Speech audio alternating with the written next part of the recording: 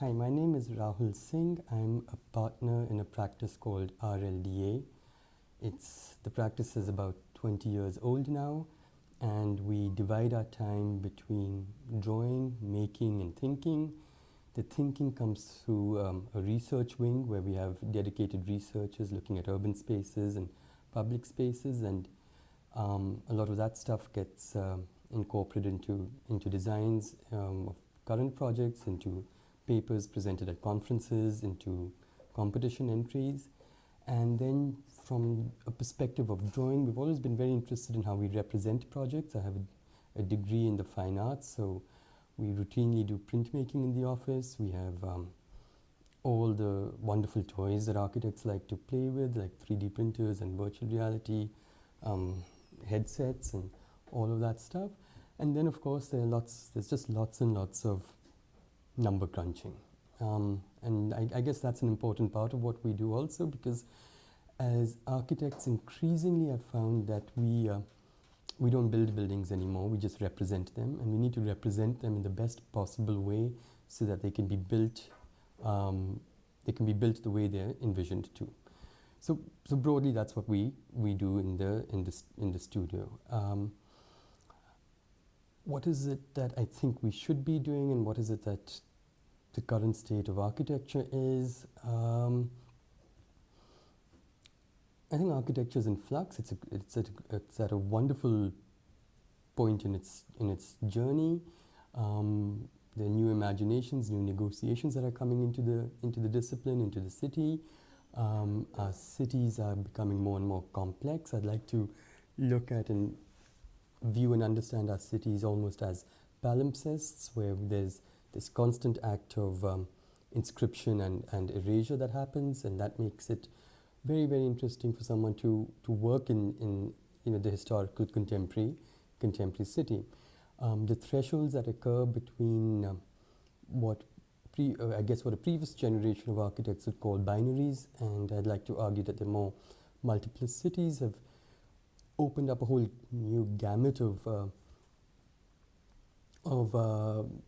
issues that we can explore and that are looking for material form and a spatial imprint to help further make our cities more resilient to a whole host of changes that are sort of currently unplanned and just sort of being thrust upon us. So I'd say it's a very, very exciting time to be practicing as an architect.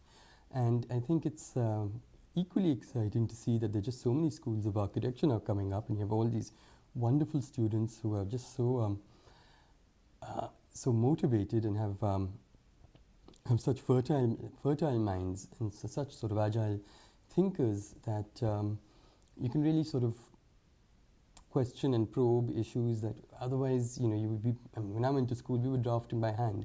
It took us forever to draw perspectives and things. And now we can get stuff out so much faster and all of that. What I would recommend, though, is a greater stress on the humanities, more reading, more critical reflection, and so that's what I would stress and hope that more and more students do. That's what you think is lacking in our architectural education system in our country. So where do you think we're standing in that term?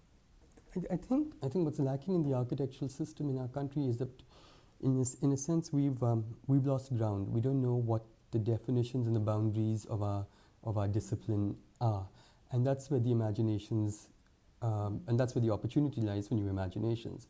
I don't necessarily see my role as an architect as just being a mere intermediary between a given set of data and a built work. I think there are probably a whole host of other people who can do that better.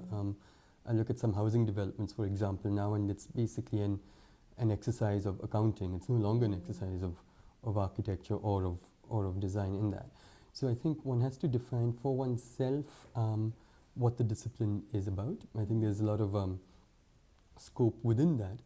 I would be the last person to say that there's a crisis of that. I think there's absolutely no crisis. I think the world needs more and more architects and better architects, and more forms of practice. There are lots of practices, or let's just say social practices in architecture, where the material imprint is not as permanent as one would associate it in the past, but that's but that sort of transience is at times the call of the hour, and we have to be able to provide for that as well. Yeah. Yeah. So coming back to your practice, I mean, what are the two major features or key features of your practice that you would like to highlight? Features of the practice that we like to highlight. We do a lot of things again and again and again.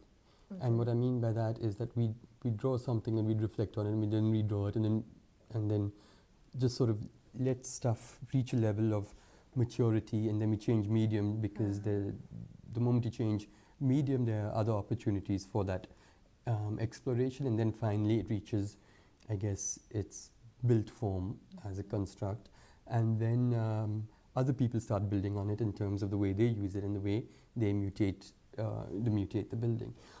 Something that we do sort of enjoy doing, we enjoy playing with materials and tectonics, if that answers your question in more specific terms. We like it to be informed by, we like our design moves to be informed by agency and research. It's not always, admittedly, it's not always manifested in a particular project because of a host of other reasons, but I think these ideas that go from either from one to the next, or at least they go from the drawing board into a paper, into a lecture, into a book or something, whatever the form of its articulation is.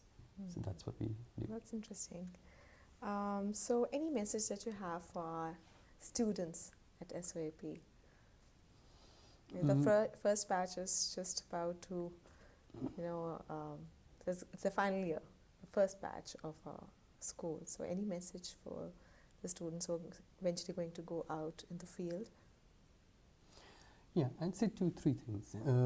One is, I think it's important to remember as a young student that different professions work at different paces. And architecture is one of those professions where your work is both culturally situated and culturally situating. And as a result of that, things tend to move a little slowly. And so you just need to have that persistence and that patience to just sort of run the marathon in that.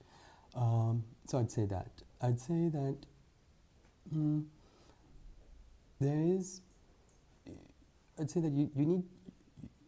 need to spend time with the humanities. You need to spend time observing cities, observing buildings, understanding how materials work, how materials can tell a story, how their own inherent logics or structures work, and your professional life will be a conversation with that. Will be a conversation with the tools through which you articulate the ideas that you develop. And so you need to be able to develop ideas. You need to be able to develop the voice for articulation.